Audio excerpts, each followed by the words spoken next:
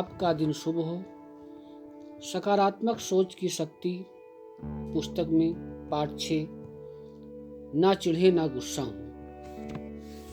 इसके अंतर्गत लोग जो छोटी छोटी बातों पे चिढ़ जाते हैं, गुस्सा हो जाते हैं हमारी नादानियों की वजह से, उस विषय में जो है ये पाठ बनाया गया है।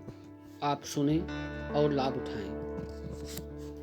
कई लोग जरा जरा सी बात पर चिढ़ जाते हैं या गुस्सा हो जाते हैं। इस तरह वे अपनी शक्ति या ऊर्जा को नष्ट करके जीवन को खुद कठिन बना लेते हैं, जबकि ऐसा करने की कोई ज़रूरत नहीं होती। क्या आप कभी चिढ़ते हैं या गुस्सा होते हैं? गुस्सा होने का अर्थ है उबलना, अंदर से धुआं निकलना, आंदोलित होना, असंतुलित होना। चिढ़ने का अर्थ है व्यर्थ में हाथ पैर पटकना, परेशान होना। चिढ़ना बच्चों का काम है, परंतु कई वयस्क भी इसी तरह से भावनात्मक प्रतिक्रिया करते हैं। बाइबल में लिखा है, अपने आप को चिड़चिड़ा मत बनाओ। यह हमारे युग के लिए बहुत अच्छी सलाह है। अगर हमें सुखी रहना है तो हमें अपनी चिढ़ने और गुस्सा होने की आदत छोड़ना होगी, और अगर हम प्रभावी ढंग से जीने की शक्ति हासिल करना चाहते हैं तो हमें शांति पाना होगी। और हम ऐसा किस तरह कर सकते हैं?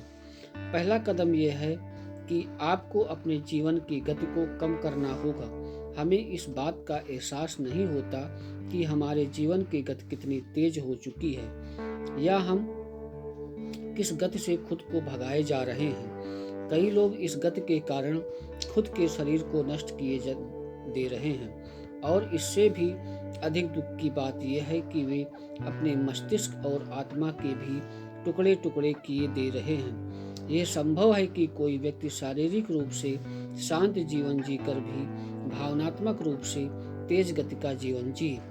इस नजरिए से देखा जाए तो कोई मरीज भी बहुत तेज गति का जीवन जी सकता है। हमारे विचारों का चरित्र हमारी गति को निर्धारित करता है। जब हमारा मन एक उत्तेजक गतिविधि से दूसरी उत्तेजित गतिविधि की तरफ बदहवास भागता है तो यह उत्तेजित हो जाता है और इसका परिणाम चिड़चिड़ापन होता है। अगर हम अति उत्तेजना और अत्यधिक रोमांच का शिकार नहीं होना चाहते तो हमें अपने आधुनिक जीवन की गति को घटाना चाहिए। यह अति उत्तेजना शरीर में जहरीले रसायन बनाती है और भावनात्मक बीमारियों को जन्म देती है। यह थकान पैदा करती है और कुंठा का एहसास भी कराती है। इस वजह से हम अपनी व्यक्तिगत समस्याओं से लेकर अपने देश और दुनिया की दशा तक सभी विषयों पर चिढ़ते और गुस्सा होते रहते हैं। अगर इस भावनात्मक असंतोष के प्रभाव शारीरिक रूप से इतने अधिक होते हैं तो इसके प्रभाव हमारे व्यक्तित्व के उस गहन आंतरिक स्थल पर कैसे होते होंगे जिसे हम आत्मा कहते हैं। यदि गति को इतनी उत्तेजनापूर्ण और तीव्र रखा जाए तो मन की शांति मिलना असंभव है। ईश्वर की गति इतनी तेज नहीं है, वह आपके साथ इतनी तेज गति से नहीं चलने वाला। वह इस तरह की बात कहता है, अगर तुम इतनी मूर्खतापूर्ण गति से भागना चाहते हो तो भागो, और जब तुम थक जाओगे तो मैं तुम्हें ठीक कर दूंगा। परंतु अगर तुम अपनी गति को थोड़ा कम कर लो और मेरे अनुसार जियो और चलो तो मैं तुम्हारे जीवन को समृद्ध बना सकता हूँ। ईश्वर की गति निरंतर है, धीमी है और पूरी तरह संतुलन में है। जीने की सबसे बुद्धिमानी पूर्ण गति ईश्वर की गति है। ईश्वर हर काम को सही तरीके से करता है और किसी काम में जल्दबाजी नहीं करता। वो कभी चिढ़ता नहीं और न ही कभी गुस्सा होता है। वह शांतिपूर्ण और इसलिए कार्यकुशल भी है। वह हमें भी अपनी शक्ति का हिस्सेदार बनाना चाहता है। मैं तुम्हारे लिए शांति छोड़े जाता हूँ, मेरी शांति अब मैं तुम्हें प्रदान करता हूँ। इस तरह से देखा जाए तो यह एक दुखद पीढ़ी है, खासकर बड़े शहरों में। नर्वस टेंशन, कृत्रिम रोमांच और शोरगुल के कारण जीवन दूभर हो चुका है। देहातों में भी यह बीमारी फैल रही है, क्योंकि वायु की तरंगे द्वारा तनाव वहाँ भी पहुँच जाता है। मुझे एक वृद्ध महिला की बात पसंद आई थी, जिसने इस बारे में बात करते हुए यह कहा था, जीवन इतना डेली हो गया है। यह टिप्पणी निश्चित रूप से दैनिक जीवन के दबाव, जिम्मेदारी और तनाव के बारे में बहुत कुछ कह जाती है। इसकी निरंतर और लगातार मांग हमें हमेशा दबाव और तनाव में रखती है। यह विचार भी आता है कि कहीं यह पीढ़ी तनाव की इतनी आदी तो नहीं हो गई है कि कई लोग इसके बिना सहज अनुभव नहीं कर पाते और चैन से नहीं रह पाते। जंगलों और घाटियों की जिस शांति से हमारे परदादा परिचित थे, अब इंसान उस शांति का आदी नहीं रहा। आज इंसान के जीवन की गति इतनी तेज हो गई है कि वह शांति और नीरवता के उन स्रोतों का दोहन करने में असमर्थ है जो भौतिक संसार में उपलब्ध है। गर्मी की एक दोपहर को मैं और मेरी पत्नी जंगल में लंबे घूमने गए। हम सुंदर लेक मोहाक माउंटेन हाउस में ठहरे हुए थे, जो अमेरिका के सबसे सुंदर प्राकृतिक पार्कों में से एक था और जिसका क्षेत्रफल 7500 एकड़ था। पहाड़ियों के बीच में एक झील भी जंगलों में किसी रत्न की तरह चमक रही थी। मोहाक शब्द का अर्थ है आसमान में झील। वर्षों पहले धरती में हुई जबरदस्त उठापटक ने इन चट्टानों को बाहर निकालकर खड़ा कर दिया था। आप गहरे जंगलों से बाहर निकलकर आते थे और आपकी आंखें पहाड़ियों के बीच की वादियों पर विश्राम करने लगती थी। यह पहाड़ियां उतनी ही पुरानी थीं जितना कि सूर्य। यह जंगल, पहाड़ और वादी इतने रमणीक दृश्य का सृजन कर रहे थे कि इस दुनिया की हर मुश्किल से बचने के लिए यह आदर्श स्थल था। इस दोपहर को जब हम घूम रहे थे तो गर्मी की फुहारों और सूर्य की रोशनी का मिला जुला संयोग बन गया। हम भीग गए और हम थोड़े से चिड़चिड़े भी हो गए, क्योंकि इसने हमारे कपड़ों की प्रेस खराब कर दी थी। फिर हमने एक दूसरे से कहा कि साफ पानी में भीगने में किसी इंसान को कोई नुकसान नहीं होता और बारिश का पानी चेहरे को ठंडा बनाता है और ताजगी देता है और आप हमेशा सूर्य की रोशनी में बैठकर अपने आप को सुखा सकते हैं। हम पेड़ों के नीचे घूमते रहे और बात करते रहे और फिर चुप हो गए। हम तल्लीन होकर शांति को सुन रहे थे। सच कहा जाए तो जंगल कभी शांत नहीं रहता। हमेशा बहुत सी गतिविधियां चलती रहती हैं, परंतु प्रकृति में शोरगुल नहीं होता। चाहे यह गतिविधियां कितनी ही व्यापक हों, प्रकृति की ध्वनियां हमेशा शांत और लयबद्ध होती हैं। इस दोपहर को प्रकृति हमारे ऊपर अपनी उपचारक शांति का हाथ रखे हुए थी और हम महसूस कर रहे थे कि सचमुच हमारे तनाव बाहर निकल रहे हैं। जब हम इसके जादू में मंत्रमुग्ध हो रहे थे, तभी हमें धीमी आवाज सुनाई दी जो संगीत की तरह लग रही थी। यह शोरगुल टाइप का नर्वस चीखने वाला संगीत था। जल्दी ही पेड़ों के बीच से 3 युवा आते दिखाई दिए, जिनमें 2 युवतियां थीं और एक युवक था। युवक अपने हाथ में छोटा रेडियो थामे हुए था। यह 3 शहरी युवा जंगल में घूमने के लिए आए थे और दुर्भाग्य से वे अपने साथ शोरगुल लेकर आए थे। वे अच्छे युवा थे क्योंकि वे रुके और हमारी उनसे सुखद चर्चा भी हुई। मेरे मन में ये ख्याल आया कि मैं उनसे रेडियो बंद करने और जंगल के संगीत के सुनने के लिए कहूँ, परंतु मुझे लगा कि उन्हें निर्देश देना मेरा काम नहीं है और आखिरकार वे लोग अपने रास्ते पर चले गए। हमने यह टिप्पणी की कि वे लोग कितना बड़ा नुकसान उठा रहे थे। वे इस शांति से गुजर रहे थे, परंतु वे उस संगीत को नहीं सुन पा रहे थे जो उतना ही पुराना है जितना कि यह संसार, जिसकी टक्कर का संगीत और धुन इंसान आज तक नहीं बना पाया है। पेड़ों से बहती हवा का गीत, चिड़ियों के दिल से गाए गए गीत, आकाश का संगीत। आज भी देहात में, जंगलों में, मैदानों में, वादियों में और पहाड़ियों में जहाँ समुद्र की लहरें बालू के नर्म किनारों से टकराती हैं, यह शांति उपलब्ध है। हमें इसकी उपचारक शक्ति का लाभ उठाना चाहिए। ईसा मसीह के शब्द याद रखिए, रेगिस्तानी इलाकों में अकेले आइए और आराम कीजिए।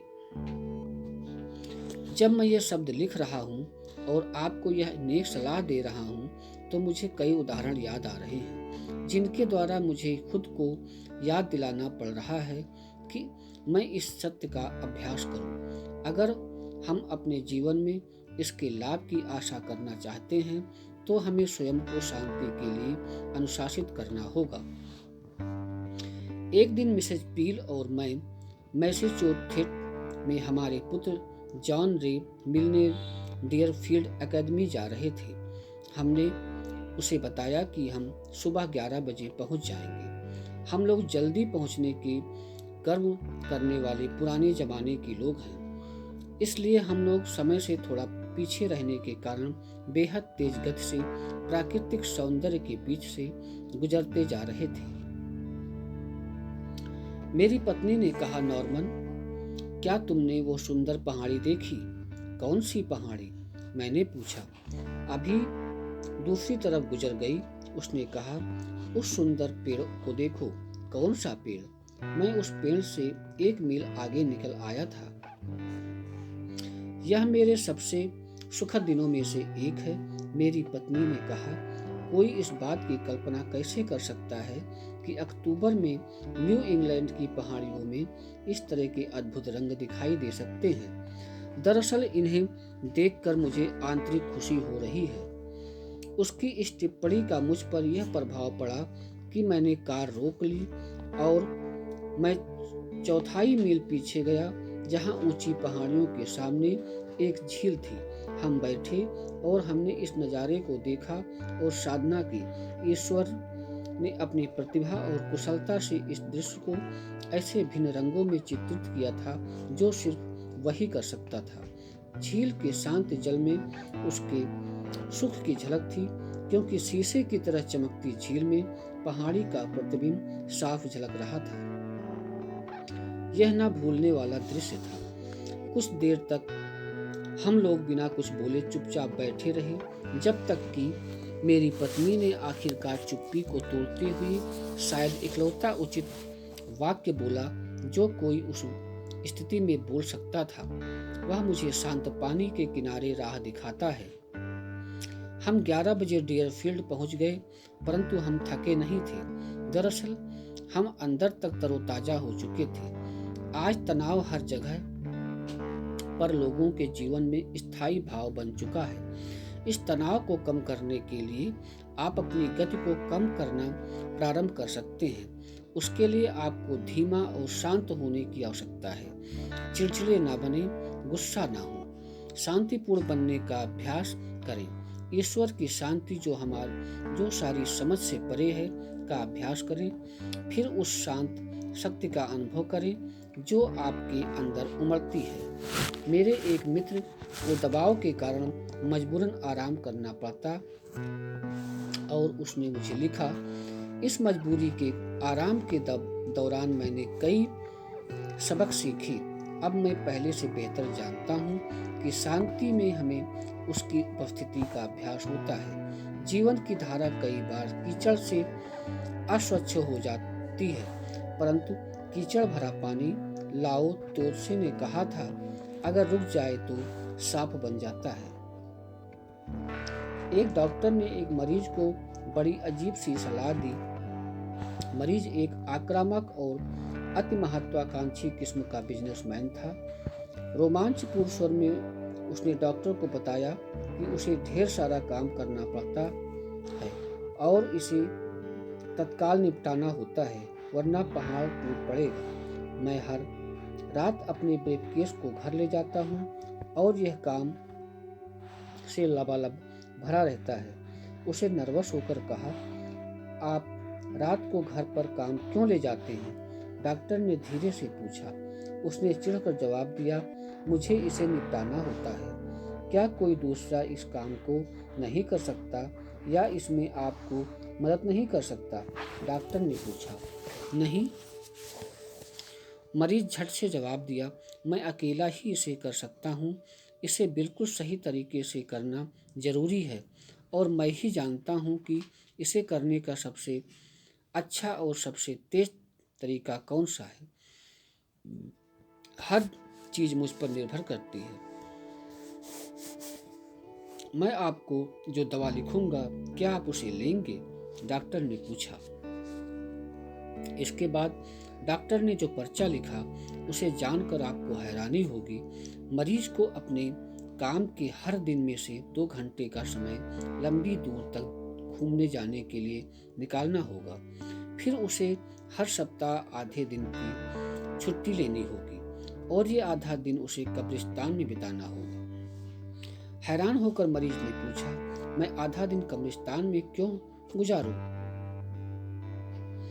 क्योंकि डॉक्टर ने कहा, मैं ये जानता हूँ कि आप कब्रिस्तान में जाकर टहलें और उन लोगों के कब्र के पत्थर देखें जो वहाँ हमेशा के लिए सोए हुए हैं। मैं आपको इस तथ्य पर चिंतन करने के लिए कहूँगा कि वहाँ ऐसे कई लोग हैं जो आपकी हर तरह ये सोचते थे कि पूरी दुनिया का भार उन्हीं के कंधों पर है और अगर वे काम नहीं करेंगे तो दुनिया चलना बंद हो जाएगी। मैं आपको इस गंभीर तथ्य पर चिंतन करने के लिए कहना चाहूँगा कि आप उस कब्रिस्तान में हमेशा के लिए पहुँच जाएंगे। इसके बाद भी दुनिया चलती रहेगी और हालांकि आप महत्वपूर्ण हैं, परंतु दूसरे वो काम करने लगेंगे जो आप अभी कर रहे हैं। मैं आपको सुझाव दूंगा कि आप कब्र के पत्थर पर बैठ जाएं और इस वक्तव्य को दोहराएं, क्योंकि 1000 वर्ष तेरी दृष्टि में ऐसे हैं जैसे कल का दिन जो बीत गया या रात का एक पहर। मरीज को पूरी बात समझ में आ गई। उसने अपनी गति को कम कर लिया। उसने अपने काम को दूसरों के जिम्मे सौंपना शुरू किया। उसने गुस्सा होना और चिढ़ना बंद कर दिया। उसे शांति मिल गई और यह भी जोड़ा जा सकता है कि अब वह पहले से बेहतर काम करने लगा है। वह एक अधिक दक्ष संगठन विकसित कर रहा है और वह स्वीकार करता है कि उसका बिजनेस पहले से बेहतर हाल में है। एक प्रख्यात निर्माता तनाव से पीड़ित था। दरअसल वह बेहद तनावग्रस्त स्थिति में था। जैसा उसने खुद का वर्णन करते हुए कहा कि वह हर सुबह बिस्तर से कूद पड़ता था और तत्काल हाई गियर में आ जाता था। वह इतनी जल्दी और हड़बड़ी में रहता था कि वो नर्म उबले अंडों का नाश्ता करता था, क्योंकि वे जल्दी नीचे उतर जाते थे। इस तूफानी गति के कारण वह दोपहर को ही बुरी तरह निढाल हो जाता था। वह हर रात को थका मांदा अपने बिस्तर में धंस जाता था। संयोग से उसका घर पेड़ों के बीच में था। एक दिन सुबह जब वह सो नहीं पा रहा था तो वह उठा और खिड़की के पास बैठ गया। उसने एक पक्षी को नींद से उठते हुए देखा और उसकी रुचि जाग गई। उसने देखा कि पक्षी अपने सिर को अपने डैने के नीचे दबाकर सोता है और उसके पंख उसके चारों तरफ से उसे ढके रहते हैं। जब वह जाग गया तो उसने अपने चोंच को अपने पंखों के नीचे से बाहर निकाला, चारों तरफ उनींदी निगाह डाली, एक पैर को पूरी लंबाई तक फैलाया। इस बीच उसने डैने को पैर के ऊपर फैला लिया था, जिससे यह किसी पंखे की तरह फैल गया था। उसने पैर और डैने दोनों को वापस अंदर खींच लिया और यही प्रक्रिया दूसरे पैर और डैने के साथ दोहराई। इसके बाद उसने अपने सिर को अपने पंखों पर टिका लिया और हल्की सी झपकी ले ली, परंतु पक्षी का सिर जल्दी ही फिर बाहर आया। इस बार पक्षी ने चारों तरफ उत्सुकता से देखा, अपने सिर को झटका दिया, अपने डैनों और पैरों को 2 बार लंबाई तक ताना और फिर दिन के स्वागत में प्रशंसा का एक रोमांचक मधुर गीत गाने लगा, जिसके साथ ही उसने उड़ान भरी, ठंडा पानी पिया और भोजन की तलाश शुरू कर दी। मेरे तनावपूर्ण मित्र ने अपने आप से कहा, अगर पक्षी इस तरह से उड़ सकते हैं, पानी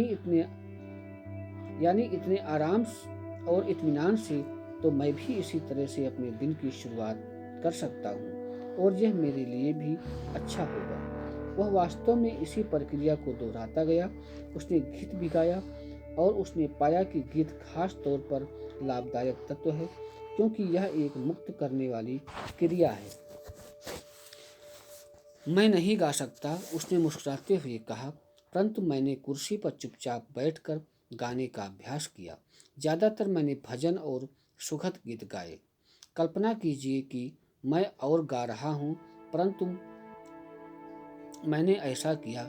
मेरी पत्नी ने सोचा कि मैं पागल हो गया हूँ। मैं पक्षी से एक बात में आगे था और यह कि मैंने थोड़ी प्रार्थना भी की। फिर पक्षी की तरह मुझे भी भूख लगी और मुझे एक अच्छा नाश्ता चाहिए था, बेकन और अंडे, और मैंने इन्हें खाने में पर्याप्त समय दिया। इसके बाद मैं एक मुक्त मानसिकता के साथ काम पर गया।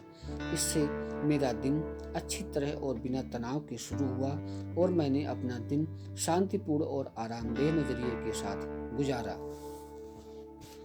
चैंपियन यूनिवर्सिटी क्रू के एक पूर्व सदस्य ने मुझे बताया कि उनके चतुर कोच उन्हें अक्सर याद दिलाया करते थे, इस रेस को या किसी और रेस को जीतने के लिए नाव धीमी चलाओ। उन्होंने समझाया कि नाव तेज गति से चलाने के कारण लय टूट जाती है और जब लय टूट जाती है तो इसे दोबारा प्राप्त करने के लिए पूरे क्रू को बहुत मेहनत करनी पड़ती है। इस दौरान बाकी की नावें आगे निकल जाती हैं। यह सचमुच समझदारीपूर्ण सलाह है। जल्दी पहुंचने के लिए नाव धीमी चलाओ। धीमे नाव चलाने के लिए या धीमे काम करने के लिए और निरंतर जीतने वाली गति बनाए रखने के लिए तेज गति के शिकार व्यक्ति को अपने मन और आत्मा में, अपनी नर्व्स और अपनी मांसपेशियों में ईश्वर की शांति भर लेना चाहिए। क्या आपने कभी अपनी मांसपेशियों या अपने जोड़ों में ईश्वर की शांति भरने के महत्व के बारे में सोचा? जब आपके घुटनों में ईश्वर की शांति भर जाएगी तो शायद वे इतना दर्द नहीं करेंगी।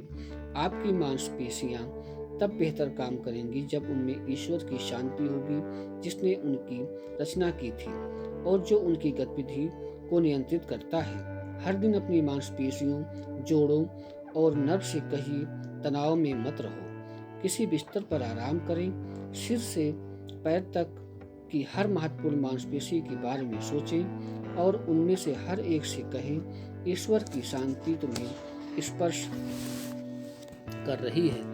फिर अपने पूरे शरीर को उस शांति के अनुभव का अभ्यास करें। समय के साथ आपकी मांसपेशियां और जोड़ इस बात का अनुभव करने लगेंगे। धीमे से हो जाएं, क्योंकि जो भी आप सचमुच चाहते हैं वो आपको वहीं पर मिलेगा जब आप वहां पहुंच जाएंगे, बशर्ते आप बिना तनाव, बिना दबाव के उसके लिए काम करेंगे।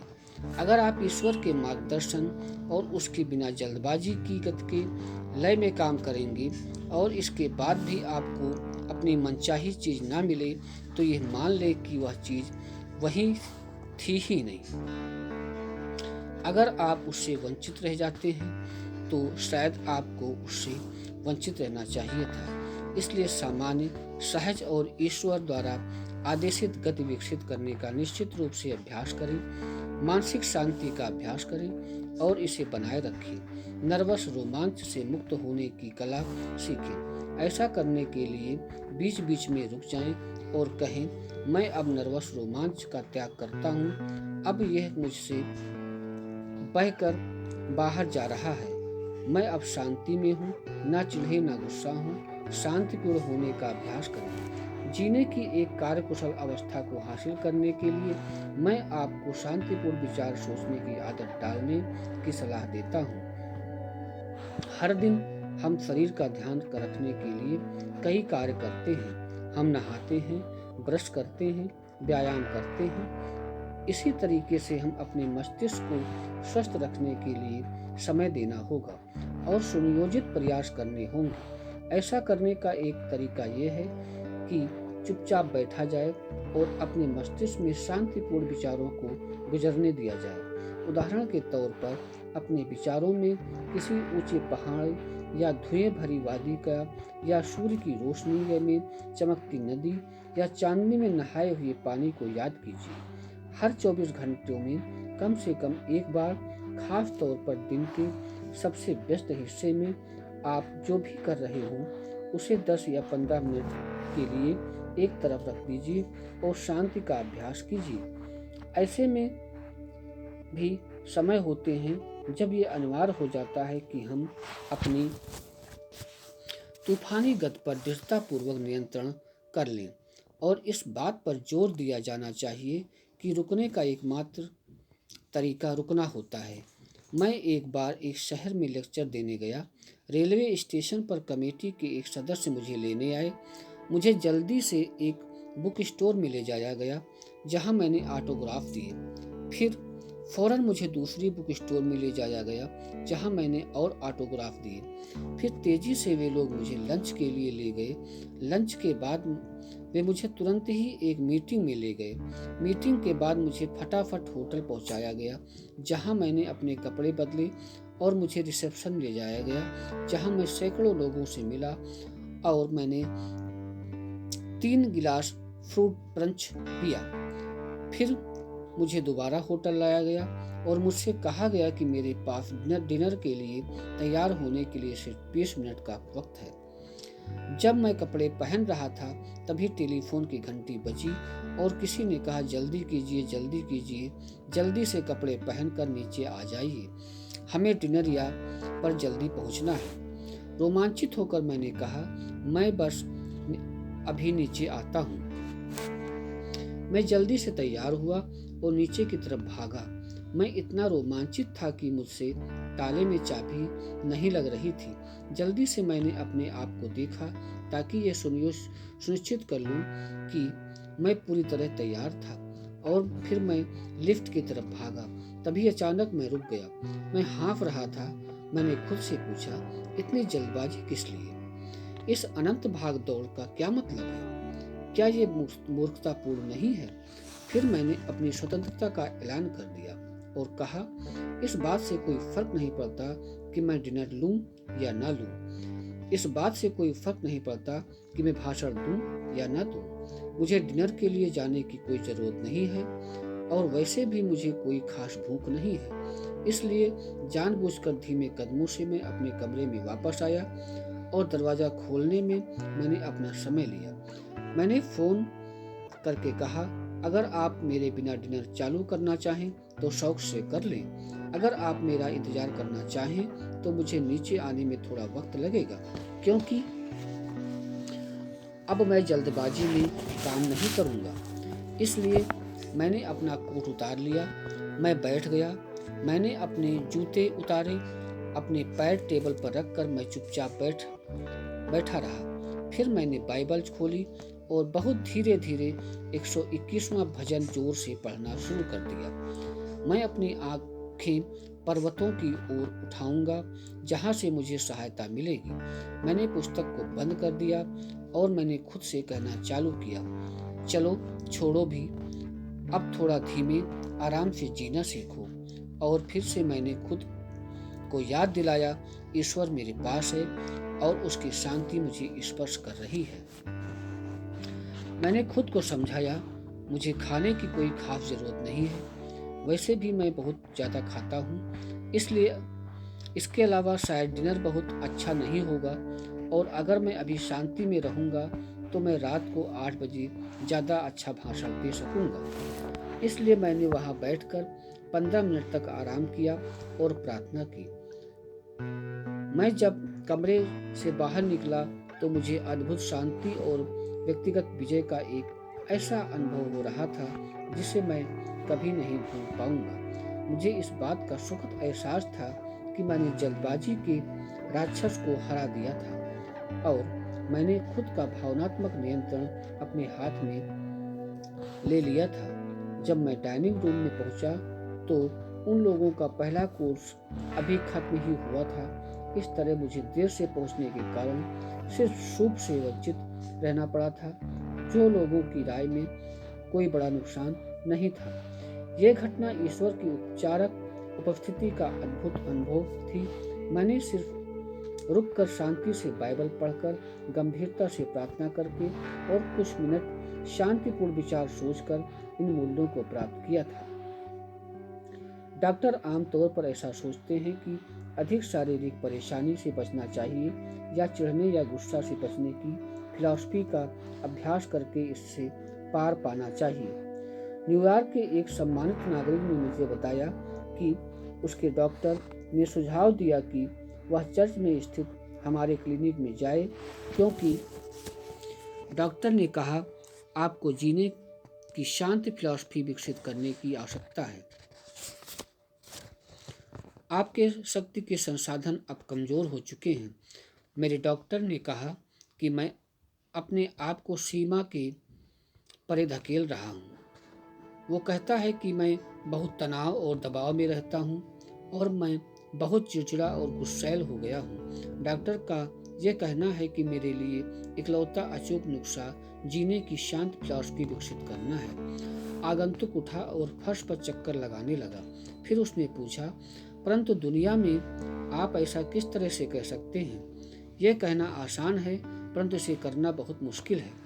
फिर इस रोमांचित व्यक्ति ने कहा कि उसके डॉक्टर ने उसे जीने की शांत फिलॉसफी विकसित करने के कुछ सुझाव दिए थे। जो सुझाव दिए थे वे वाकई समझदारी भरे थे, परंतु फिर उससे स्पष्ट किया। डॉक्टर ने सुझाव दिया कि मैं यहाँ पर आप लोगों से चर्च में मिलूं, क्योंकि उन्हें लगता है कि अगर मैं व्यवहारिक रूप से धार्मिक आस्था का प्रयोग करना सीख लूं तो इससे मुझे मन की शांति मिल जाएगी और मेरा ब्लड प्रेशर कम हो जाएगा। फिर मैं शारीरिक रूप से बेहतर अनुभव करूंगा। हालांकि मुझे लगता है कि डॉक्टर का नुस्खा समझदारी पूर्ण है। उसने शिकायत की, मेरी तरह का 50 साल की उम्र का कोई तनावपूर्ण आदमी किस तरह जीवन भर की आदतों को अचानक बदल सकता है और जीने की तथाकथित शांत फिलॉसफी को विकसित कर सकता है।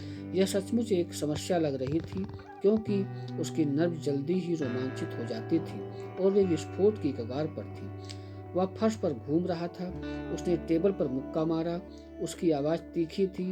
उसने पूरी तरह विचलित और परेशान आदमी की छवि स्थापित की, परंतु स्पष्ट रूप से वह अपने सबसे बुरे रूप में दिख रहा था। परंतु यह स्पष्ट था कि वह अपने व्यक्तित्व की आंतरिक अवस्था को प्रकट कर रहा था, और इस तरह हमें जो अंतर्दृष्टि मिली उससे हमें उसे बेहतर समझने का अवसर मिला, ताकि हम उसकी अधिक मदद कर सकें। जब मैंने उसके शब्दों को सुना और उसके नज़रिए को देखा तो मैंने एक बार फिर यह समझा कि ईसा मसीह की पकड़ लोगों पर इतनी ज़्यादा क्यों है। ऐसा इसलिए है क्योंकि उनके पास इस तरह की समस्याओं के जवाब हैं। और मैंने अचानक चर्चा को बदलते हुए इस तथ्य को सिद्ध किया, बिना किसी शुरुआती परिचय के मैंने बाइबल की कुछ पंक्तियां बोलना शुरू कर दी। भारी बोझ से लदे हुए लोगों, मेरे पास आओ, मैं तुम्हें आराम दूंगा। मैं तुम्हारे लिए शांति छोड़े जाता हूँ। मेरी शांति अब मैं तुम्हें प्रदान करता हूँ, ऐसी शांति जो दुनिया में किसी में और कहीं नहीं मिल सकती। दिल को दुखी मत करो और ना ही किसी बात से डरो, और तुम उसे पूर्ण शांति में रखोगे, क्योंकि उसका मन तुम में लगा हुआ है। मैंने इन शब्दों को धीमे से चिंतन करते हुए बोला। जब मैं इन वाक्यों को बोल रहा था तो मैंने देखा कि मेरे आगंतुक अब विचलित नहीं हो रहा है। वो शांत हो चुका था और फिर हम दोनों चुपचाप बैठे रहे। ऐसा लग रहा था जैसे हम लोग कई मिनट तक चुप बैठे रहे। शायद यह इतना लंबा समय ना हो, परंतु आखिरकार उसने गहरी सांस ली। ये अजीब सी बात है, उसने कहा, मुझे काफी बेहतर अनुभव हो रहा है। क्या यह अजीब नहीं है? मुझे लगता है कि यह इन शब्दों का कमाल है। नहीं, सिर्फ शब्दों का नहीं, मैंने जवाब दिया। हालांकि इन शब्दों पर मस्तिष्क पर उल्लेखनीय प्रभाव होता है, परंतु उससे भी कुछ गहरा यहाँ पर घटित हुआ था। उसने आपको 1 मिनट पहले छुआ था। उसने जो उपचारक स्पर्श वाला चिकित्सक है वह इस कमरे में मौजूद था। मेरे आगंतुक ने इस बात पर कोई आश्चर्य व्यक्त नहीं किया, बल्कि उत्साह से और उमंग से सहमति दर्शाई, और इसका विश्वास उसके चेहरे पर साफ झलक रहा था। यह सही है। वे निश्चित रूप से यहाँ थे और उन्हें महसूस किया। मैं समझ सकता हूँ आपका क्या मतलब है। अब मैं जान गया हूँ ईसा मसीह जीने की शांत फिलॉसफी विकसित करने में मेरी मदद करेंगे। इस आदमी ने वही जाना जो हजारों लोग आज जान रहे हैं कि ईसाई धर्म के सिद्धांतों और तकनीकों में विश्वास और उनमें सहज आस्था से शरीर, मस्तिष्क और आत्मा में शांति इस कारण नई शक्ति आ सकती है। चिढ़ने और गुस्सा होने के लिए यह आदर्श दवा है। इससे व्यक्ति को शांत होने में मदद मिलती है और इस प्रकार वो शक्ति के नए स्रोतों का दोहन कर सकता है।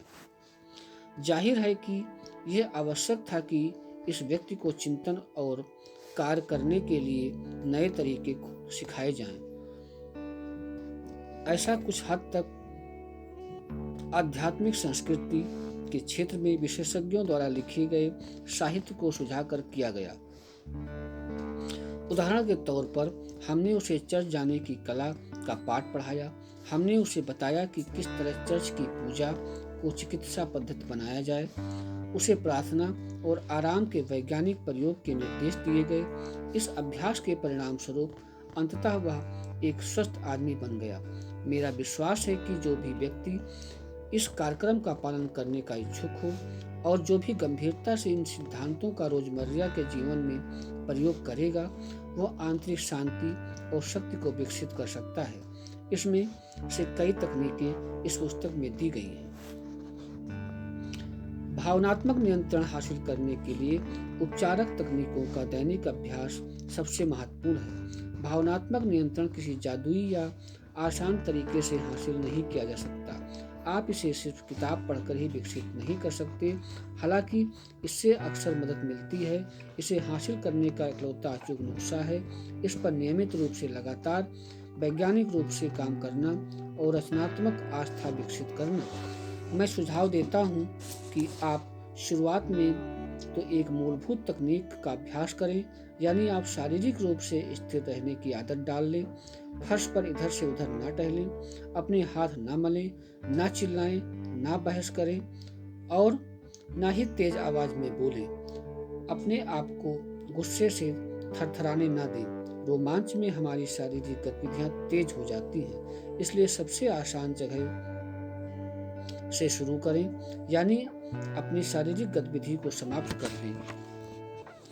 स्थिर खड़े रहें, बैठ जाएं या लेट जाएं। अपनी आवाज को धीमा कर दें। शांत नियंत्रण विकसित करने के लिए शांति से सोचना आवश्यक है, क्योंकि आपका शरीर उस प्रकार के विचारों के प्रति संवेदनशीलता से प्रतिक्रिया करता है जो आपके मस्तिष्क से गुजरते हैं। यह भी सच है कि पहले शरीर को शांत करके मन को शांत किया जा सकता है। कहने का आशय यह है कि शारीरिक गतिविधियों का मानसिक नजरिए पर प्रभाव पड़ता है। एक भाषण में मैंने निम्न घटना सुनाई जो एक कमेटी की बैठक में घटित हुई, जिसमें मैंने भाग लिया था। एक व्यक्ति जिसने मेरी इस कहानी को सुना, वह इससे इतना अधिक प्रभावित हुआ कि उसने इसे अपने दिल में बिठा लिया। उसने सुझाई गई तकनीक को आजमा कर देखा और बताया कि यह उसके चिड़चिड़ाहट और गुस्से को नियंत्रण करने में बहुत प्रभावी सिद्ध हुई है। मैं एक मीटिंग में था जहां विचार विमर्श चल रहा था, जो बाद में थोड़ा कटु हो गया।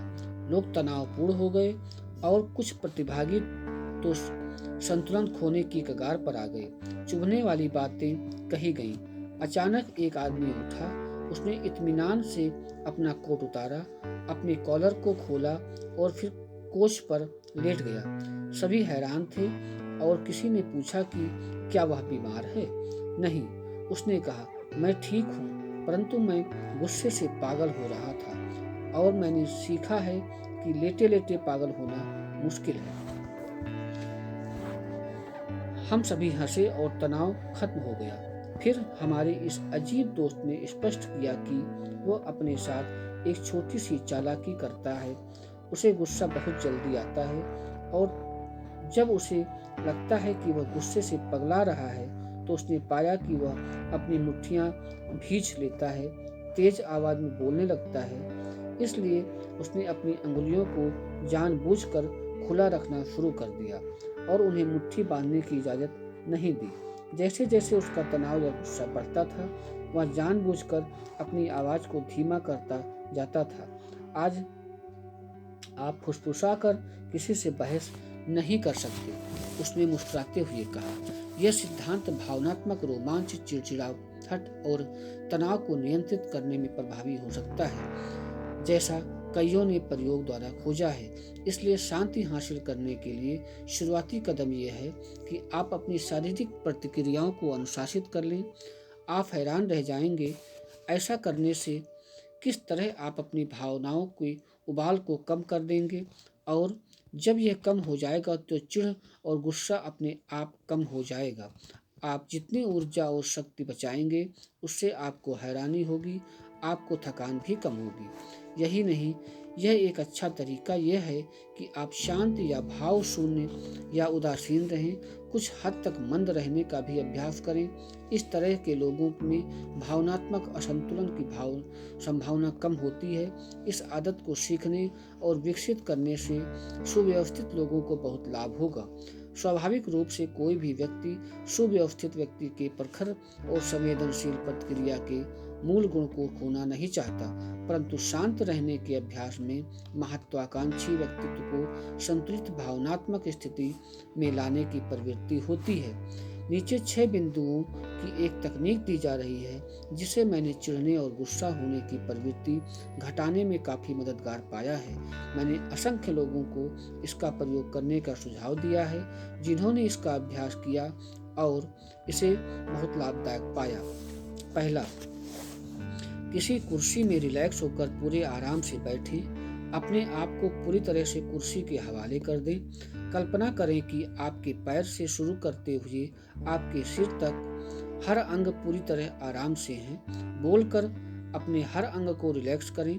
मेरे पंजे आराम कर रहे हैं, मेरी अंगुलियां, मेरे चेहरे की मांसपेशियां। दूसरा, अपने मस्तिष्क को झील की तरह माने जिसमें तूफान आया हुआ है, जिसमें लहरें उछल रही हैं और उथल पुथल मची हुई है, परंतु अब लहरें घट रही हैं और एक बार फिर से झील की तरह शांत और स्थिर हैं। तीसरा, 2 या 3 मिनट तक अपने देखे हुए सबसे सुंदर और शांतिपूर्ण दृश्य की याद करें, जैसे पहाड़ से देखा गया सूर्यास्त का दृश्य, या सुबह सुबह धुंध भरी वादियों का शांत मंजर, या दोपहर में जंगल की शांति, या कल कल करते पानी की चांदनी रात का दृश्य।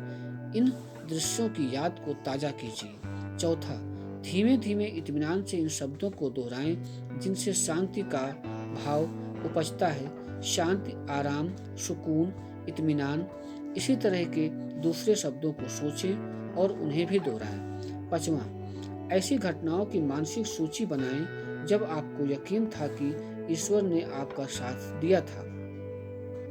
यह याद करें कि जब आप चिंतित और परेशान थे तब उसने आपकी समस्याएं सुलझाने में आपकी मदद की थी और आपका ध्यान रखा था। फिर इस प्रार्थना की पंक्ति को जोर से कहें, अब तक मैं तुम्हारी शक्ति के सहारे चला हूँ, आगे भी तुम्हारी शक्ति ही मुझे सहारा देगी। छठा, इस वाक्य को दोहराएं जिसमें मस्तिष्क को शांत करने की अद्भुत शक्ति है। जिसका ध्यान तुम में लगा है उसे तुम संपूर्ण शांति प्रदान करोगे। जब भी आपके पास 1 मिनट का समय हो, इसे दिन में कई बार दोहराएं। यदि संभव हो तो इसे जोर से दोहराएं ताकि दिन के अंत तक आप इसे कई बार कह दें। इन शब्दों को सक्रिय और महत्वपूर्ण तत्व माने जो आपके मन में प्रवेश कर रहे हैं और आपके चिंतन के हर क्षेत्र में एक उपचारक मरहम लगा रहे हैं।